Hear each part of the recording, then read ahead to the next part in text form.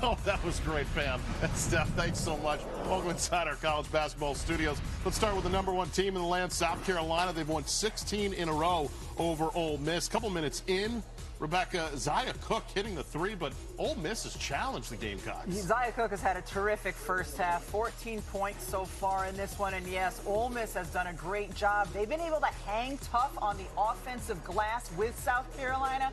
However, Brick, South Carolina wears you down. It's a cumulative effect. Let's keep our eye on this one in the second half. By the way, South Carolina has outscored their opponents 419 in the second half, second closest 261. Purdue, #2 Indiana, Mackenzie Holmes, always the show, Christy. Well, she was the show today. Again, 10 of 11 from the floor, 20 points and 7 boards for the Mac attack inside. Indiana outscored Purdue 34-22 in the paint. Indiana wins. They get a share of the Big Ten regular season title.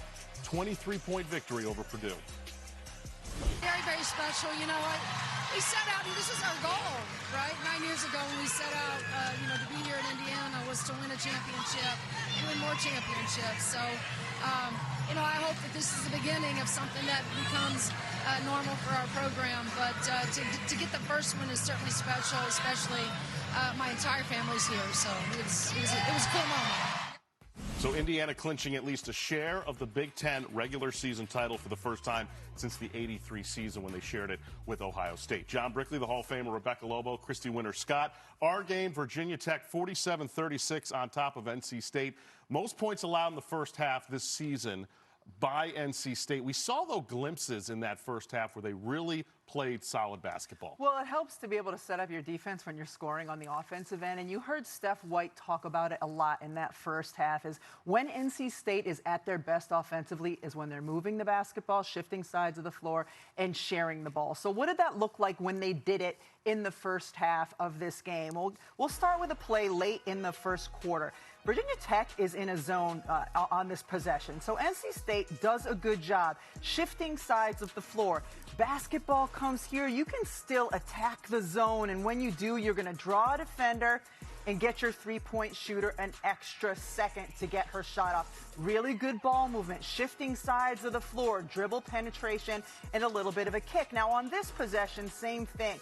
They switch sides of the floor. Ball started here, right side. We're moving it to the left side. Then you're going to see an on-ball screen because now Virginia Tech is playing in their man-to-man. Get the on-ball screen. The defender gets caught up. Dribble penetration, drop pass. Nice job. 2 really good looks for NC State. Where they get in trouble is when they start going a little bit too much one-on-one earlier in the possession. Well, Elizabeth Kitley, I thought, really came alive in that second quarter. Virginia Tech started having great rhythm because they had good spacing. They knocked in 4 threes, and I think that really affords great spacing on the interior for Virginia Tech. When you can penetrate and kick out, you don't have to pay a lot of attention to Elizabeth Kitley until you do.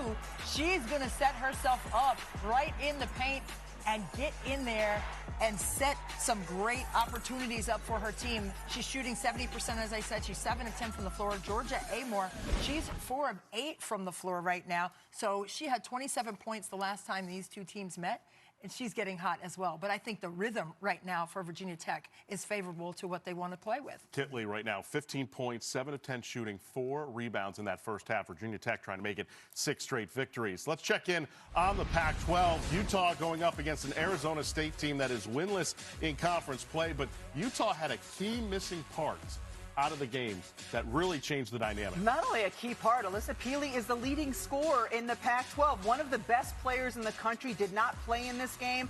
This one went down to the wire. Utah able to somehow survive down the stretch. They improved to 13-0 at home. It is just a logjam right now at the top of the Pac-12 standings, 74-69. LSU, Christy's rebounded pretty well since that loss to South Carolina. We saw the likes of Jasmine Carson, also Angel Reese, double-double machine, really performed well in this game. Speaking of rebounding well, Angel Reese, 16 boards in today's game, 25 points on 12 of 16 shooting. She was just terrorizing the interior play for LSU, 44-30 advantage in paint points for LSU today.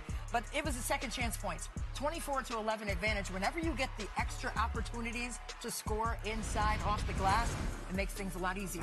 LSU wins. By the way, Rebecca, Duke has had a lot of issues as of late with Virginia, trying to snap what was a 3-game losing streak versus the Cavs. They did so today. Yeah, Duke, though, you know that they're going to come out and play strong defense. They need to be able to complement that with offense. They were able to do that today. 8 of 18 from 3 and held Virginia to 34% from the field. That's right on their average in terms of defensive field goal percentage.